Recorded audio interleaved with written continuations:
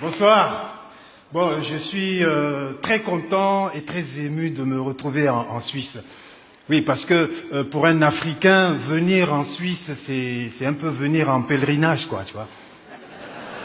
Mais oui, quand un Africain se promène dans les rues de Genève ou Zurich, c'est comme un chrétien qui se promène à Lourdes ou un musulman à la Mecque. Il n'y a que des lieux saints, tu vois.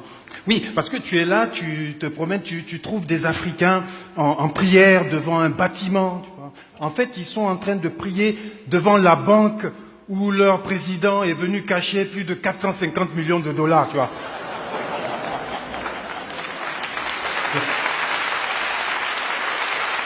Et ils sont là, ils prient pour que par l'opération du Saint-Esprit, ces 450 millions d'euros retournent au pays, tu vois. Voilà. Puis tu continues, tu trouves d'autres Africains en prière devant un autre bâtiment, tu vois, c'est une clinique privée ultra perfectionnée où ce même président vient tous les mois subir son check-up, soigner ses entorses, ses rhumes. Et alors il prie pour que par l'opération du Saint-Esprit, les 450 millions là construisent la même clinique là-bas au pays, tu vois, voilà.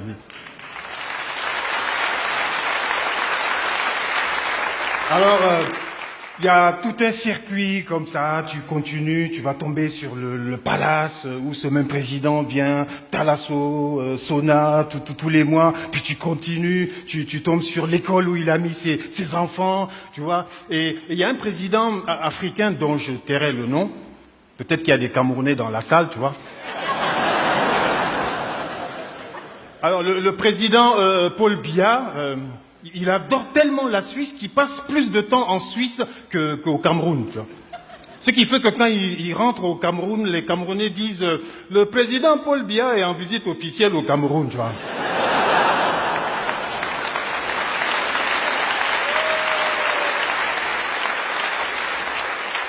Paul Biya, 30 ans qu'il est au pouvoir. Plus de 30 ans, mon ami. Tu vois. C'est normal qu'il en ait marre des Camerounais. Hein.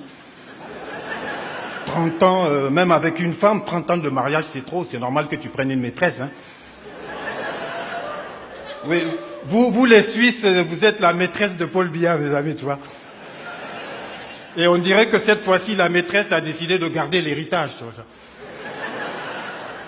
Bon, j'arrête de parler de Paul Biya, oui, parce que j'ai pas envie d'avoir de problème. J'ai envie de rentrer tranquillement en Afrique, tu vois, et pas être obligé de faire appel à la Convention de Genève en demandant l'asile politique ici en Suisse, tu vois.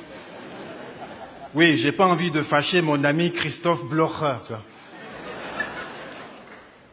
Alors, ce qui me fascine en Suisse, c'est que tu as trois catégories d'étrangers. Alors, tu as les joueurs de l'équipe de France, tous les champions de Formule 1, des chanteurs super connus. Eux, ils vivent ici parce qu'ils ont fui les impôts de leur pays. Et tu as tous ces présidents africains qui n'ont pas fui les impôts de leur pays. Non, ils ont fui avec les impôts de leur pays, tu vois.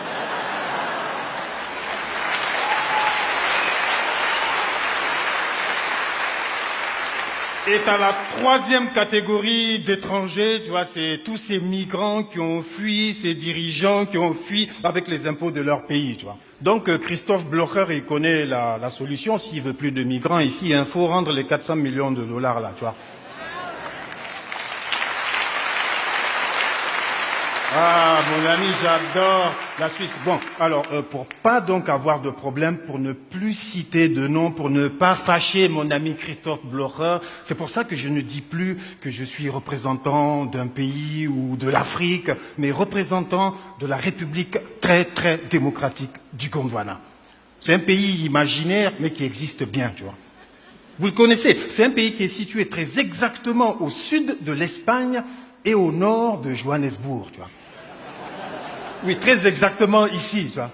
Vous voyez, je ne prends pas de risque, hein. Et à la tête de la République très très démocratique du Gondwana, il y a notre leader bien aimé, son Excellence, président fondateur. Prénom président, nom fondateur.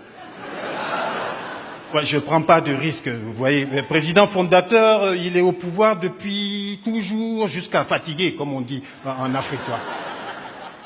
Alors, président fondateur, c'est le spécialiste de la démocratie. Il a inventé toutes les techniques pour rester au pouvoir.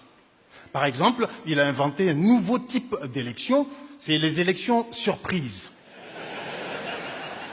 Oui, il appelle l'opposition pour leur donner la date des élections. Il leur dit « Eh, les élections, c'était hier, j'ai gagné. »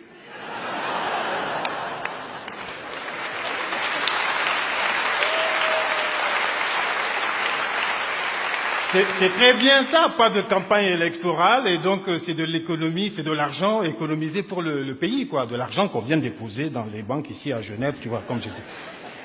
Président fondateur, il a aussi inventé un nouveau type d'élection. Alors, vous connaissez les élections à 2 tours, les élections à 1 tour. Eh bien, au Gondwana, on a inventé les élections à demi-tour.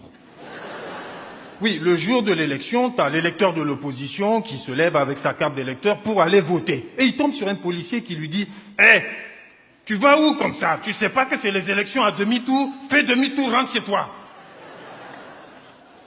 Rentre chez toi, on va voter pour toi, mon ami.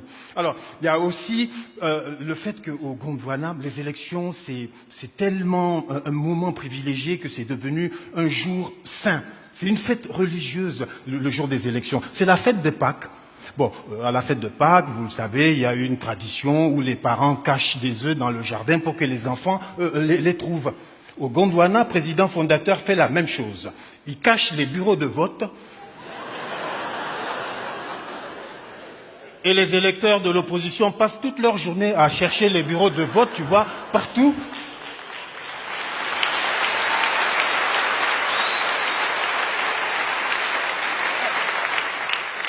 Et quand ils trouvent leur bureau de vote, il est minuit, 1 minute, c'est trop tard, tu vois. Le Gondwana, bon, il y a quand même des choses positives au Gondwana. Bientôt, on va avoir le prix Nobel de physique au Gondwana. Parce qu'on a inventé un nouveau type de courant alternatif. Les délestages. Les délestages, c'est les coupures de courant. De 6 heures du matin à 5 heures le lendemain, tu vois. Les délestages, c'est un coup il y a courant, un coup il n'y a pas courant. Un coup il n'y a pas courant, un coup il n'y a toujours pas courant, mon ami. Tu vois, pourquoi c'est révolutionnaire? Pourquoi on va avoir le prix Nobel avec ça? Parce que les délestages, quand on te coupe le courant, ben, tu n'as plus d'électricité, plus de frigo, plus de climatisation, plus d'ordinateur, rien du tout, tu vois. Tout ce temps qu'on te coupe le courant, mais tu préserves la couche d'ozone. C'est écologique ça, non? Les délestages, c'est le sous-développement durable, mes amis, tu vois. Merci. Maman! Merci. Faites du bruit pour maman!